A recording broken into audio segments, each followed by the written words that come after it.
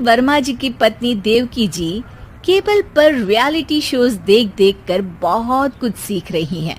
जैसे आज तो वो सुबह सुबह बेसुरे आलाप ले रही हैं।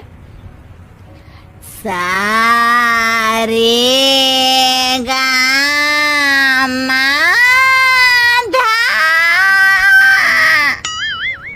माँ जी, सारे गामा पाधा नीसा होता है। अरे वो तो सब गाते हैं, ये मेरा स्टाइल है। आवाज तो कम कर लीजिए माँ जी, पर्दे फट जाएंगे कान के। ये कहो कि पर्दों में आग लग जाएगी। देखना, मेरी आवाज सुन के जज आग लगा देगी, आग लगा देगी, तू तो आग लगा देगी, ऐसा बोलेंगे। सरिता वहां से परेशान होकर चली जाती है और सास रियाज जारी रखती है। सारे गाओ, सारे नाचो। तभी बाबूजी दुकान से लौटते हैं। अरे देवकी, क्यों तानसेन बनी हुई है? कान से खून निकालोगी क्या? अरे क्या हुआ, रियाज तो करने दो मुझे। इसको रियाज बोलते हैं? ऐसा लग रहा है जैसे घोड़े हिना रहा है। घोड़े पे बैठ के ही बम्बई जाऊंगी मैं तो, जब जज साहब कहेंगे कि देवकी तुम मुंबई आ रही हो। जज साहब, वो अदालत वाले? अरे नहीं नहीं, बड़े लोग हैं, आप नहीं जानते हैं। ओ मैं तो छोड़ चली अपना ये देश, बम्बई मुझे प्यारा लगे। गाना गाती हुई देवकी चली जाती है और बाबूजी अपनी सरफिरी पत्नी के इस संगीत प्रेम की चर्चा करने बहू के पास चले जाते हैं। अरे सरिता बेटा, सुनो तो, ये तेरी सास को क्या हुआ है बेटा? सुबह तो अच्छा भला छोड़कर गया था इसे। सिंगर बनेगी अब वो। सिंगिंग रियलिटी शो में जाने की सुबह से तैयारियां चल रही हैं इनकी। हाँ, अब तो कोयल के सुर मेंढक छेड़ेगा। हे भगवान, सद्बुद्धि दो इसे। इधर बाबूजी भगवान को कहते हैं और उधर राधा रानी प्रकट हो जाती है, देवकी की मोहल्ले की सबसे पक्की दोस्त। क्यों री देवकी, काहे इतना गला फाड़ रही है? कोई चीखने चिल्लाने का कंपटीशन है क्या? अरे ये देख, नया सिंगिंग शो, मैं भी गाऊंगी, हिंदुस्तान के दिलों की धड़कन बनूंगी। अरे इतना बेसुरा गा के दिलों की धड़कन नहीं, दिलों का अटैक बन जाएगी। इससे तो अच्छा है कि नाच ही ले। वैसे भी दिन भर मोहल्ले में नाचती तो रहती है तू, कभी इसके घर कभी उसके घर। देवकी को समझ में आ जाता है कि उसका गाना किसी को पसंद नहीं आ रहा।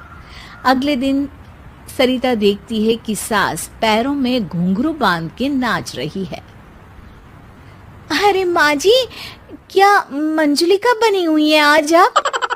अरे नाचने दे बहू, जब तक है जान जाने जहां मैं नाचूंगी।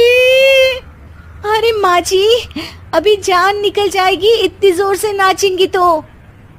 अरे अरे, क्या कर रही हो? अरे दिख नहीं रहा, डांस कर रही हूँ। अरे जैसी तुम्हारी हरकत है, तुमको तो नागिन डांस करना चाहिए।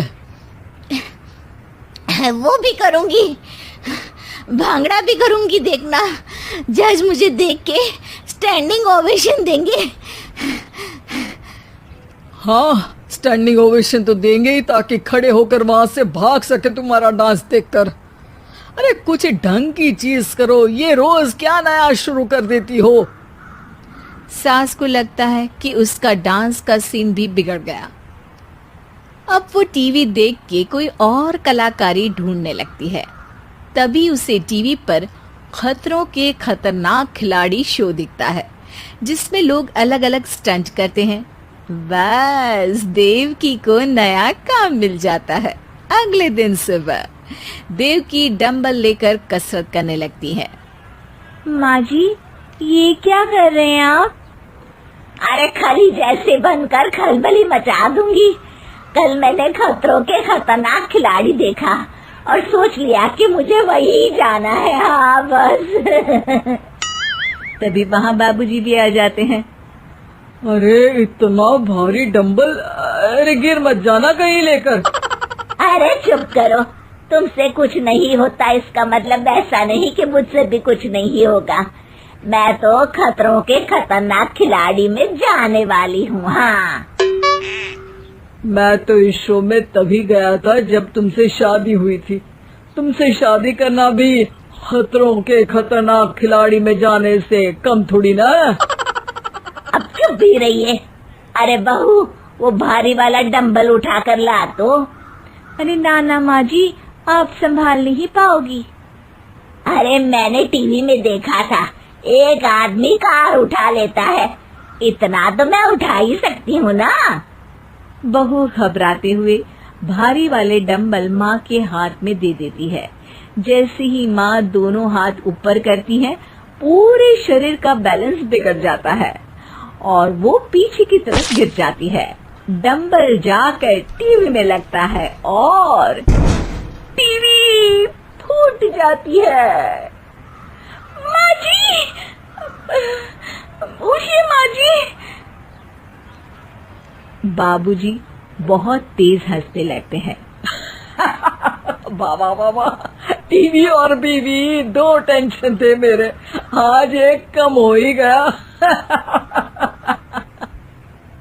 बहू भी सास को उठाते उठाते इस बात पर ताली बजाकर हंसने लगती है और देवकी फिर से गिर जाती है और इस बार देवकी भी अपनी बेवकूफी